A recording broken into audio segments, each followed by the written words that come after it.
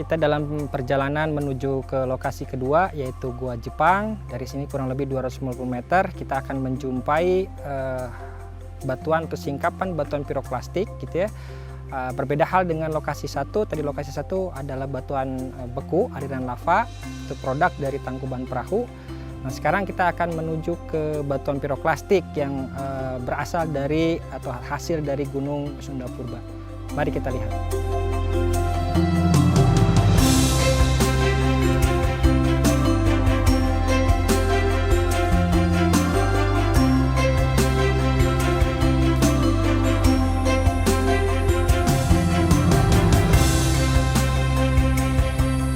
Ya, alhamdulillah kita sudah sampai di lokasi yang kedua, yaitu di depan Gua Jepang. Di sini kita akan mempelajari batuan piroklastik dari produk eksplosif gunung api gitu ya. Berbeda hal dengan tadi di lokasi pertama, yaitu aliran lava dari produk efusif gunung api. Mari kita lihat detailnya. Oke, kita akan lihat secara detail bagaimana singkapan yang ada di belakang saya ini gitu ya. Tapi sebelum itu kita akan membahas kembali berkaitan dengan piroklastik rock gitu. Bagaimana klasifikasi dari batuan piroklastik. Klasifikasi batuan piroklastik ini mudah sekali gitu ya. Namanya juga klastik. Jadi dibedakan berdasarkan ukuran dari klastiknya atau butirannya ya. Jadi ada yang dikatakan sebagai blok dan bom ketika dia ukurannya lebih dari 64 mm gitu ya. Ada yang di antara 2 sampai 64 mm yang dikatakan sebagai lapili, dan sedangkan yang lebih kecil dari 2 itu yang dikatakan sebagai debu. Nah, dari klasifikasi ini tentu saja nanti akan menghasilkan nama batuan gitu ya. Nah, nama batuannya ketika sudah menghasilkan konsolidasi untuk ukuran dari 64 kita akan mendapatkan aglomerat. Biasanya aglomerat ini batuan blok, bentuknya adalah bom gitu ya. Jadi banyak sekali bomnya. Nah, sedangkan breksi piroklastik itu biasanya komposisinya adalah blok gitu ya, karena membentuk menyudut.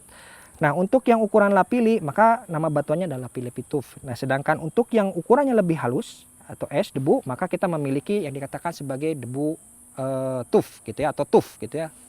Nah, dalam klasifikasi ini gitu ya kita bisa amati di dalam pengamatan singkapan yang ada di sini kita bisa menemukan gitu ya. Jadi singkapan ini terdiri dari sangat bervariasi sekali gitu ya. Jadi dari ukurannya sangat besar yang saya pegang di sini gitu ya, ataupun yang ada yang di belakang saya, sampai dengan yang di bagian halusnya gitu ya, di antara partikel-partikel matriks-matriks yang mengikat di antara batuannya gitu ya. Jadi kita punya variasi ukuran yang sangat bervariasi dari ukuran yang sangat besar sampai dengan ukuran yang halus. Sehingga ini bisa dikatakan bahwa batuan yang saya pegang ini adalah batuan breksi piroklastik. Nah, dalam proses mengidentifikasi bukan hanya deskripsi batuannya saja, tentu saja kita harus mendeskripsikan bagaimana proses genesa dari batuan piroklastik ini. Nah, dalam proses piroklastik eksplosif tadi kita kenal gitu ya, ada 3 proses yang menyebabkan menghasilkan produk batuan piroklastik.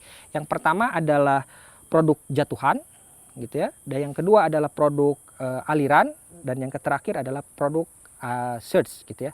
Nah, dalam membedakan antara satu dengan yang lainnya, yang paling mudah adalah dari bentuk sortasinya. Jadi sortasi yang pertama sortasi yang baik itu adalah merupakan produk dari jatuhan. Jadi misalnya kita menemukan batu piroklastik dengan sortasi yang baik gitu ya, itu yang dikatakan sebagai produk jatuhan. Nah, bagaimana dengan produk aliran? Nah, produk aliran ini mix gitu ya. Jadi kita memiliki ukuran yang paling besar, blok atau bomnya, sampai dengan es. Jadi kalau yang di sini dikatakan block and S flow gitu ya. Jadi kita menemukan campuran di antaranya. Nah, kalau kita lihat di belakang ini ya tentu saja ya. Jadi ini pencampuran antara blok dengan debunya gitu ya, sehingga dikatakan sebagai piroklastik aliran. Bagaimana dengan surge? Nah, yang surge juga sama ya. Kalau surge karena memang akibat dari biasanya terbentuk setelah fasa aliran piroklastik. Nah, biasanya dia di situ turbulensi. Jadi ukuran partikel memang hampir sortasinya kita akan menemukan moderate gitu ya, moderate sampai good. Tapi apa yang membedakan antara surge dengan fall? Nah, untuk yang surge nanti kita akan menemukan bentuk struktur sedimen atau struktur yang terbentuk adalah silang siurnya. Itu yang membedakan antara surge dengan fall deposit atau jatuhan, produk jatuhan. Oke, nah kembali lagi kepada batuan yang kita pegang di belakang. Jadi terlihat dari ukuran butirnya yang sangat beragam gitu ya, dan terlihat juga dalam proses pembentukannya kita bisa simpulkan bahwa batuan ini terbentuk gitu, batuan piroklastik ini terbentuk akibat dari proses aliran ya, bukan akibat dari jatuhan atau bukan diakibatkan oleh surge ya. Jadi yang di belakang ini produknya merupakan produk aliran. Nah, baik. Kita masuk ke piroklastik current deposit gitu ya, di piroklastik aliran. Nah, dalam piroklastik aliran sendiri ini mekanismenya ada beberapa variasi. Ini tergantung pada saat terjadi letusan. Jadi ada yang kondisinya yang memiliki temperatur rendah gitu ya. Ada yang sangat tinggi gitu ya. Tinggi itu lebih bisa sampai dengan 500 derajat Celcius gitu ya. Nah, dalam prosesnya pengendapannya akan menghasilkan struktur-struktur yang berbeda gitu ya. Nah, ketika dia terpanaskan, nah ini biasanya dikatakan sebagai endapan igneous bright. Nah, di dalam igneous bright biasanya kita bisa melihat struktur yang khas, yaitu yang diketemukan sebagai atau yang disebut sebagai Fiamme structure gitu ya.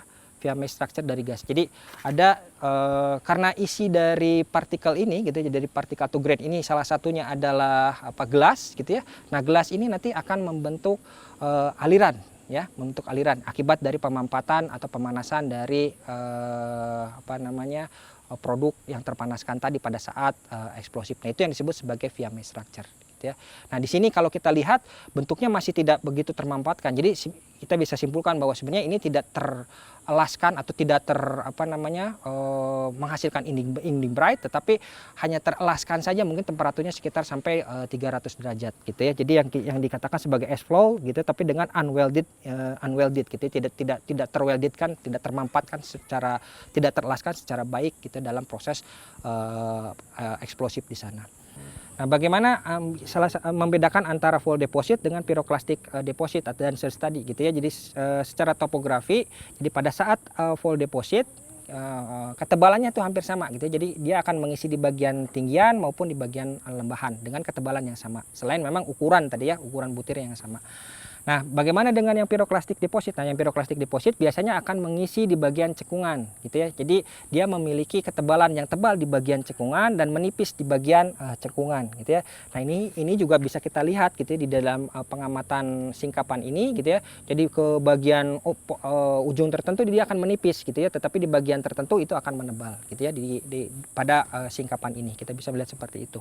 Nah, bagaimana dengan surge? Yang surge tadi juga hampir mirip gitu ya dengan piroklastik deposit. Dia akan menebal di bagian tertentu gitu ya, di bagian punggungan dia akan sedikit menipis gitu. Dengan ciri khas tadi ya adanya silang siur gitu ya, struktur yang terbentuk, struktur sedimennya adalah silang siur.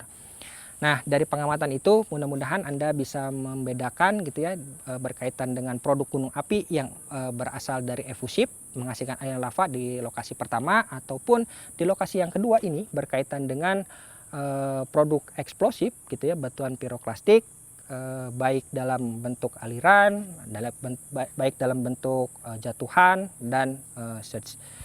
Sekian untuk materi kuliah sesi ini, mudah-mudahan kita bisa bertemu di sesi selanjutnya. Saya akhiri, Assalamualaikum warahmatullahi wabarakatuh.